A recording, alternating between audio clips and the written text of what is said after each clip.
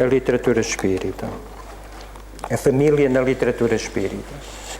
Nós, os espíritas, podemos nos considerar os bem-aventurados de sorte porque temos o livro. Devemos ser das instituições culturais que mais informação têm através do livro. E no caso específico da família, nós podemos dizer que toda a literatura, direta ou indiretamente, está embasada na família, que é o núcleo base do espírito para mergulhar na terra, para poder adquirir valores, adquirir experiências, para se transcender para planos mais elevados. Como é tão vasta, nós iríamos apenas citar alguns autores. Não poderemos deixar de citar Joana de Ângeles, que nos fala da família, de forma muito nobre e grandiosa.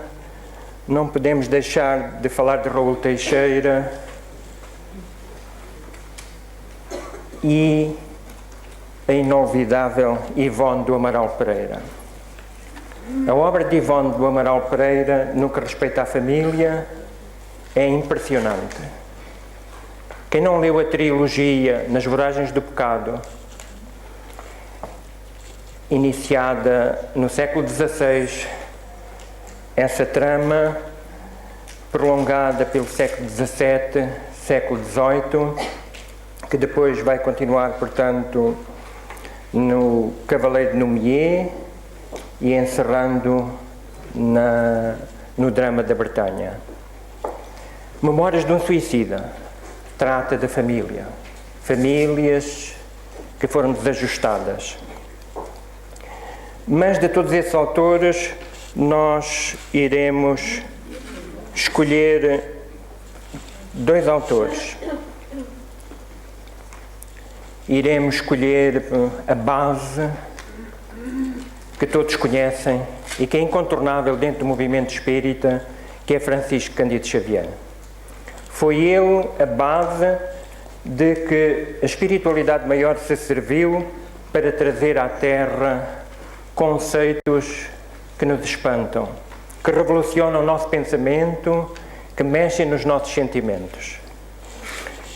E temos aqui, atravessamos experiências consanguíneas na Terra para adquirir o verdadeiro amor espiritual. Paulina, uma integrante, uma personagem do livro que foi considerado o livro espírita mais importante do século XX.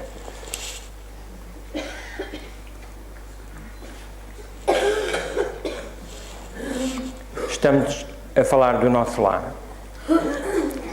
E nós, para falarmos da família, então, descendo, especificando, vamos servir apenas de dois livros. Vamos nos servir de um livro que nos resgata a memória do passado, a memória do cristianismo. Com ele, nós como que palmilhamos aquelas terras em que o Divino Amigo desceu à terra e ombro a ombro esteve conosco para nos ensinar o caminho da liberdade, o caminho da felicidade. E com ele, nessa época,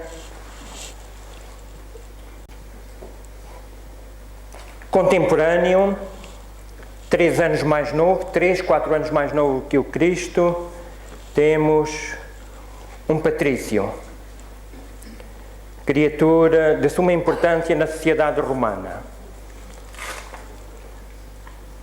Públio Lentulus Cornélio, pertencente a uma das famílias mais importantes que vinha de trás de há séculos e que era senador.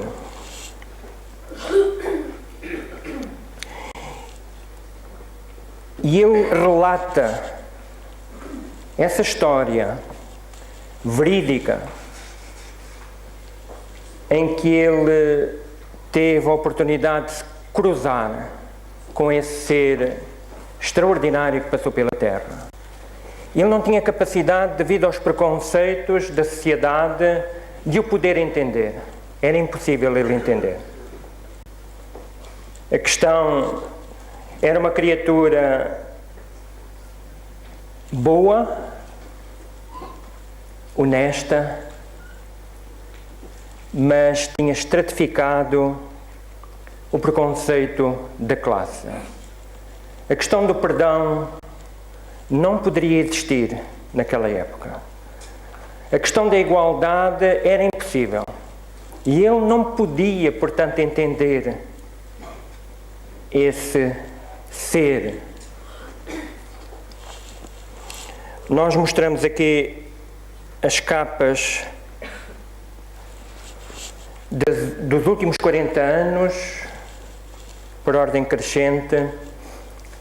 O livro é o mesmo e estas foram as capas. Ele foi considerado o 8º livro mais importante pela comunidade espírita, mais importante do século XX. Portanto, o 8º livro mais importante do século XX. E nós, nessa família, no início da narrativa, temos o senador, orgulhoso, mas era honesto. Naquela altura inicia-se a decadência, estava em deterioração a decadência da sociedade romana. Vindo da monarquia, passando pela república, em que a luta era muito grande e essas famílias eram unidas, eram responsáveis, eram trabalhadoras. O império chega. Há a conquista de imensos territórios. Afluem a Roma criaturas de todas as cores e de todos os feitios, em busca do seu ganha-pão, em busca de notoriedade. E com essa expansão surge a escravidão, a escravatura dura. E essas famílias desleixaram-se. O escravo fazia tudo. E começa a degradação.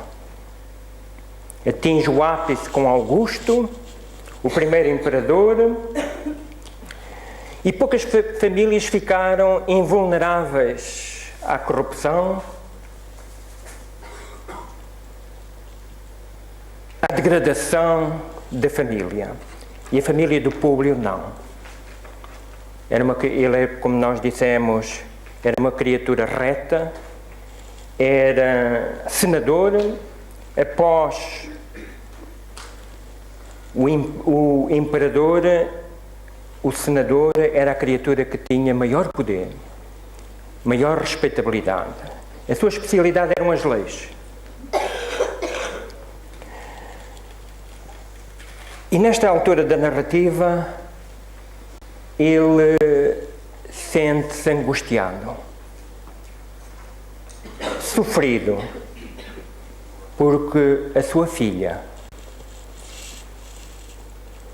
a Flávia, de 6 anos, a caminho dos 7, tem uma doença que o humilhava profundamente. E ele conseguia tudo naquela época, mas não conseguia a cura da criança. A criança apresentava grandes manchas e feridas no corpo, supõe-se seria a lepra. E nós não podemos aqui esquecer de um ser que está nesta família, que é a sua esposa, Lívia. A Lívia é uma criatura que consegue ultrapassar todas as barreiras daquela época. Aquilo que o Públio não conseguia, nem ninguém da sociedade romana, da classe dirigente, era capaz de passar.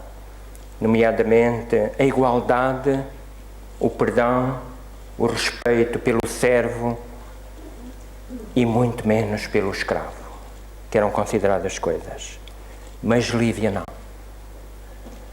Lívia era um ser que estava séculos e séculos, talvez mais de 2 milénios à frente. Era aquela benfeitora que desceu, que reencarnou conforme o sonho que ele tem para lhe dar as mãos, para o ajudar. E ainda há outra personagem, que é o filho. No início da narrativa, essa criança ainda não estava reencarnada. Lívia tinha a criança no seu ventre. E a conselho de amigos, eles vai fazer uma viagem para mudar de ares, para sair daquele ambiente sufocante, preconceituoso, para tentar recatar-se e, quem sabe, a cura da filha. É aconselhado a ir para uma província obscura do Oriente, a ribeirinha do Mediterrâneo, a Palestina. E é aí que ele se cruza com Jesus, que lhe cura a filha. Tem um encontro com ele. E esse encontro é de uma beleza extraordinária. Só um médium da grandeza de Francisco Cândido Xavier,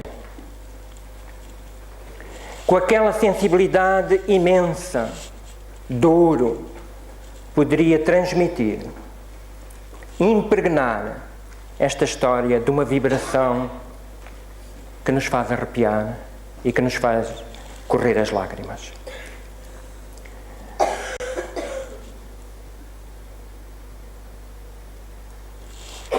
Ele vai para a capital dessa província, para Jerusalém.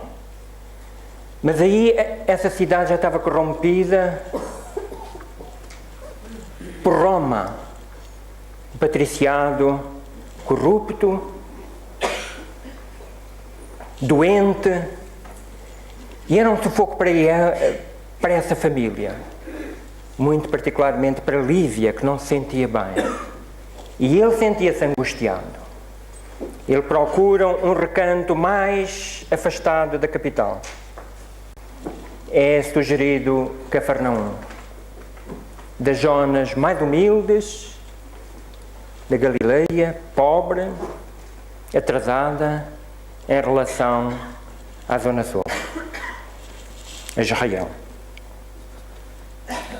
E antes de partir, ele, que tinha uma adoração incrível pela sua companheira, por Lívia, que lhe dava segurança. E ele diz assim: não me negues a tua mão para atravessarmos o caminho da vida, porque contigo vencerei o próprio impossível. Mas a calúnia, a maldade humana, consegue com que Públio converta a sua esposa, a jovem Lívia, numa estátua de tortura. Ele que a amava profundamente é obrigado, não a mata porque ele não o podia fazer, seria um escândalo. Não a renega para fora do lar, seria tremendo. E ela mantém-se em reclusão durante 25 anos, presa dentro da casa. Nem a própria filha querida, que seria curada por Jesus, que ele nega. O seu íntimo sabe que foi ele, mas o homem velho não admite que exista algo mais poderoso do que o César.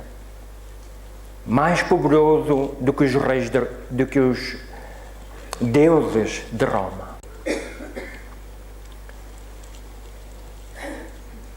E essa tortura de Lívia inicia-se quando o seu filho, antes de completar um ano, desaparece, é raptado. Conhecemos esse drama da atualidade. Ele foi de sempre. E tudo o que ele fez, moveu montanhas para tentar recuperar o filho e não consegue. É lançada a suspeita na própria Lívia.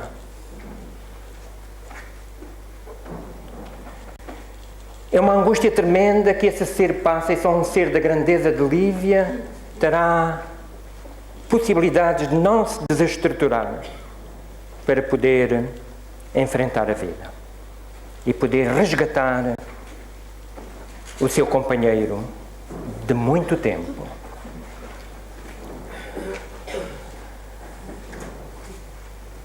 Pouco tempo que ele iria ficar no Oriente, acabam em busca do filho por permanecer 15 anos. E regressa apenas porque o seu mentor, Flamínio Severus, grande amigo, também de uma família incorruptível, está às vascas da morte e ele regressa com a família.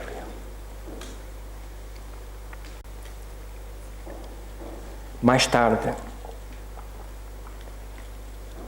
ele tem possibilidades de começar a entender que, afinal, que a Lívia que jamais o traíra, que era pulcra, mas quando tem plena consciência disso, ela parte para a vida maior. É uma dor tremenda nesse espírito. É uma dor, uma angústia. Ele tem a plena consciência de que, por testemunhos, nós não contamos tudo para as pessoas lerem, aqueles que leram para relerem, porque é profundamente rico a história. Ele quer a reconciliação, mas já não consegue. Foram 25 anos em que ela, nem a própria filha, lhe era permitida, Flávia, dar a educação. Era como se fosse uma escrava, uma prisioneira que não tinha voto na matéria naquela casa. E quando ele toma consciência da sua inocência, ela partiu. Ele amargura-se. O homem velho, orgulhoso, começa a transformar-se. Foi uma dor tremenda que o leva à sua transformação. O início da sua transformação. Funcionário impoluto, a serviço do imperador Tibério, já com 67 anos, ele retorna porque conhecia ao Oriente, à Palestina, para tentar sufocar a rebelião dos judeus.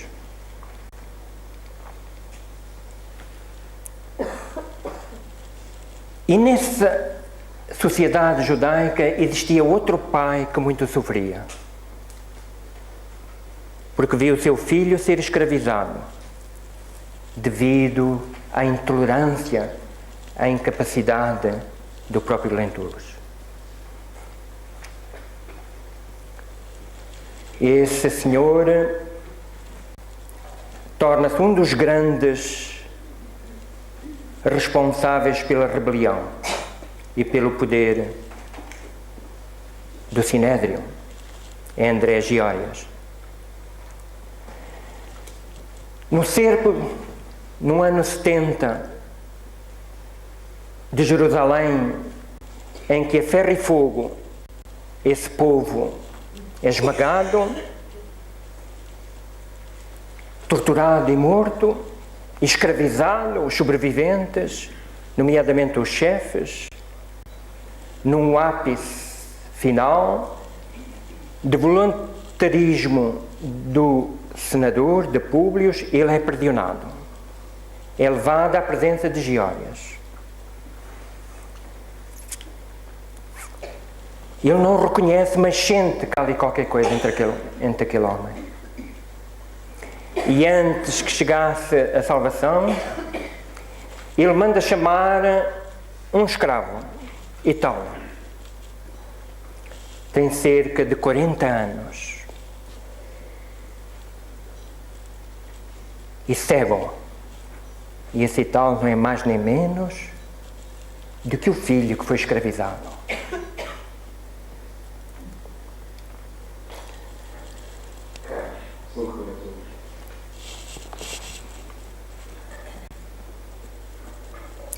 Temos a Maria, jovem escrava, que sintonizava com Lívia. E agora temos aqui a segunda obra de que nós nos referimos também nos últimos 40 anos. Foi a obra considerada mais importante do século XX. Dás-me depois mais 5 minutos só. E vamos falar de 3 famílias nesta obra. André Luís, a senhora Laura e Ricardo, que apenas fazemos uma referência, e a família de Tobias. De todas as personagens dessa obra, nós sabemos que os seus nomes e as suas idades foram trocadas. As datas para confundir, para as pessoas não se centrarem na curiosidade doentia e para proteger aqueles que ainda tinham família encarnada. Mais tarde nós vemos a saber o nome de 2 dessas personalidades, pelo próprio Francisco Cândido Xavier. André Luís não é mais nem menos, muita gente julgava que era Oswaldo Cruz, o cientista, mas ele é um dos seus discípulos, o Carlos Chagas, dito nos anos 70 por o Francisco Cândido Xavier. Outra personagem que é desvendada mais tarde, também nos anos 70, é uma ministra do departamento mais baixo, o departamento de... Aqui falta-me agora o nome. Que é a veneranda. E a veneranda não é mais nem menos do que a rainha Santa Isabel, Isabel de Aragão. André Luís desencarna e deixa a sua esposa Zélia, 2 filhas e um filho. 8 anos passa ele perdido no umbral inferior. É resgatado pelos bons espíritos quando consegue sair daquela vibração de angústia e de revolta. É resgatado por Clarencio e tem uma ansiedade tremenda em voltar a ver a família, mas não consegue. Os benfeitores desconversam e ele, durante 1 ano em recuperação e depois de 1 ano em trabalho para adquirir valores para poder reencontrar, matar as saudades. E porquê é que não lhe é mostrado? Ele diz que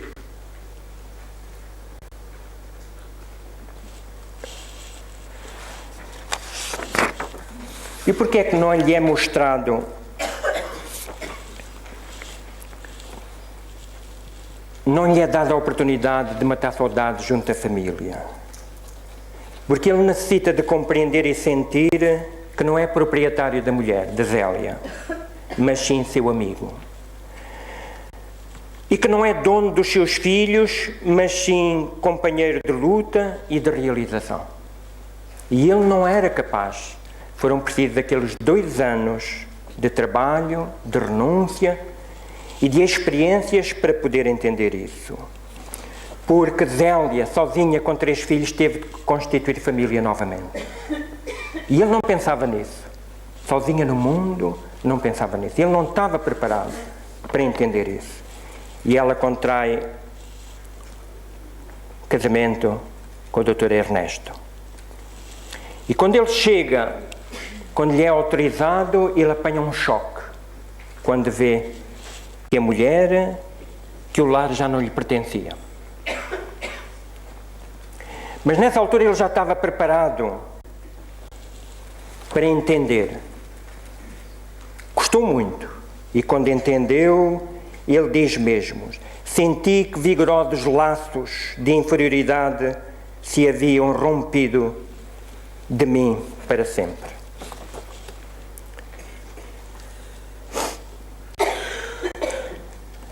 E temos aqui outro caso, que é Hilda e Luciano.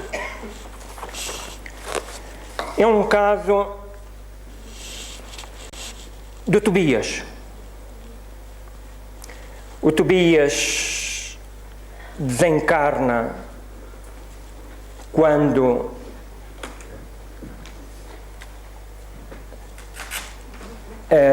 perde a sua primeira mulher quando tinha 2 crianças pequeninas, e ele sente uma necessidade, vê-se perdido, ferido, e sente uma necessidade profunda, vê o lar, as crianças maltratadas,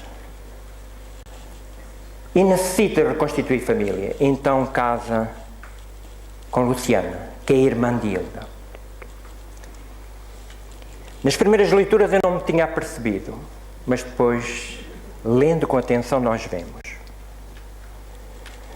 E também há uma criatura na Terra que teve uma vida idêntica, que foi e que é esquecido, ou que não é reportado. Estamos a referir ao venerando Dr. Bezerra de Menezes. Teve 2 casamentos. E casou também com a cunhada. Tinha 2 crianças pequeninas e viu-se na necessidade de restabelecer o lar, de educar as crianças, e então casa uma segunda vez. Nós não estamos a sugerir que é a mesma personagem. É muito provável que seja Tobias, que venha a ser, que seja o Dr. Bezerra. E nós gostaríamos ainda de fazer uma referência à Laura e ao Ricardo. É um casal harmonizado, na mesma dimensão espiritual, em que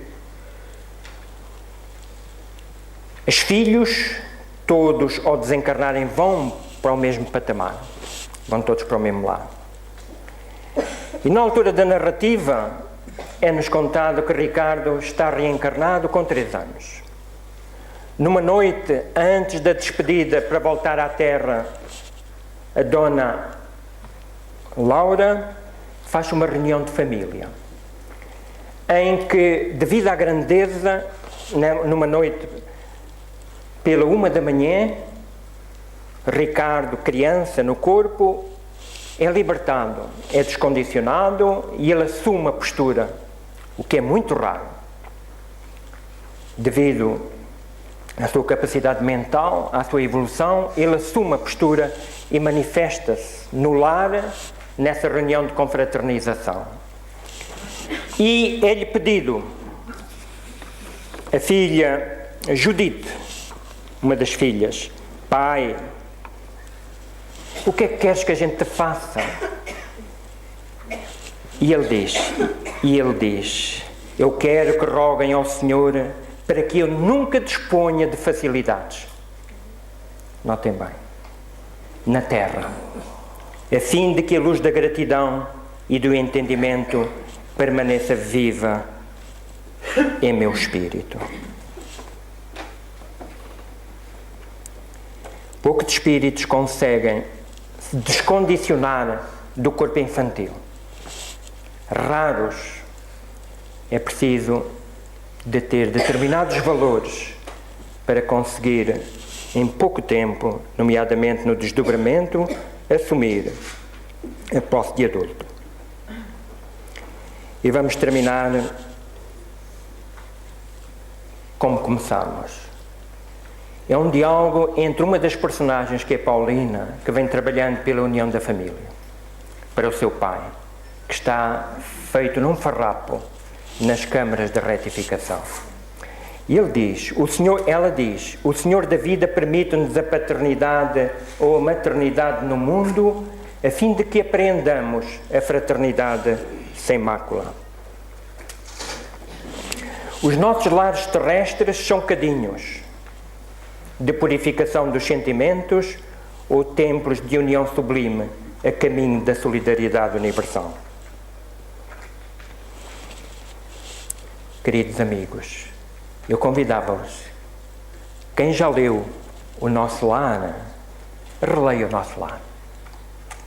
Não existe ali nenhuma frase, nenhum parágrafo que esteja escrito que não tenha uma finalidade. Eu, cada vez que releio o livro, descubro coisas novas que não descobria nas primeiras leituras. Façam isso. Quem não leu, leia o livro, comece a ler o livro. Então ali um manancial de informação que rasga-nos de alto a baixo a visão da vida futura e da vida espiritual. Se que com Kardec nós buscávamos, pela intervenção de Kardec junto dos espíritos, informações, com André Luiz, 80 anos depois, 85 anos depois, rasga-se o mundo espiritual e são eles que nos vêm mostrar onde vivem, onde comem, onde estudam, onde se divertem. É uma revelação ímpar para o processo de evolução do homem na Terra. Muita paz para todos.